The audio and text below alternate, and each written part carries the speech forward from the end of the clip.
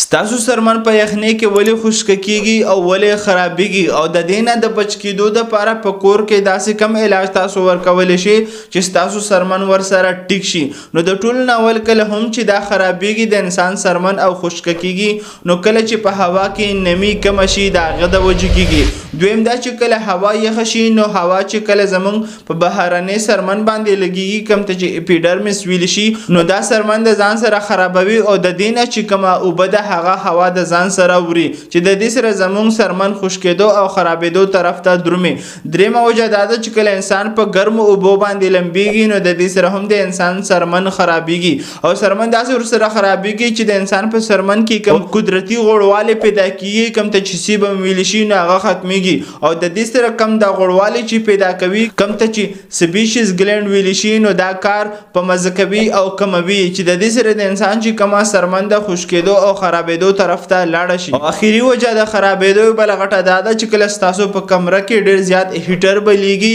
یا ګرمیږي نو هوا هسې هم خشکوي چې د دې سره هوا نوره هم خشکه شي او هوا بار بار ستاسو په سرمن باندې لګي نو د دې سره هم د انسان سرمن خرابېږي او خشکه کېږي. نو د دې ټیک کېدو دپاره کورنۍ چې کوم تاسو علاج استعمالولی شئ نو د ټولو نه اول خو تاسو دا احتیاط خامخا کوئ چې کله تاسو لمبېږئ نو په تړمو اوبو باندې لمبېږئ او کله چې تاسو لمبېږئ نو د هغې نه بعد بیا تاسو ګلیسرین یا ویسلین خامخا استعمالوئ. د دې سره سره خامخا تاسو د 8 ګیلاسو نه ونیسئ تر 10 ګیلاسو پورې اوبه په 24 غنټو کې خامخا څښئ ځکه چې زموږ وجود چې کوم دی هغه 70% اوبه دي پکې. او د دې سره چې کله تاسو د شپې په ټایم کې سملئ نو د زیتونو والا تیل خامخا تاسو په خپل سرمن باندې لګولی شي چې د هغې سره هم ستاسو سرمن د خشکېدو او خرابېدو نه بچ کېږي. او د دې سره په یخنۍ کې خشکه میوه او مایان او انډې ډېرې زیاتې خورئ چې د دې سره ستاسو سرمن ته ویټامین سی میلاویږي او اومیګا 3 فیټي اسید ورته میلاویږي او ستاسو سرمن د خشکېدو نه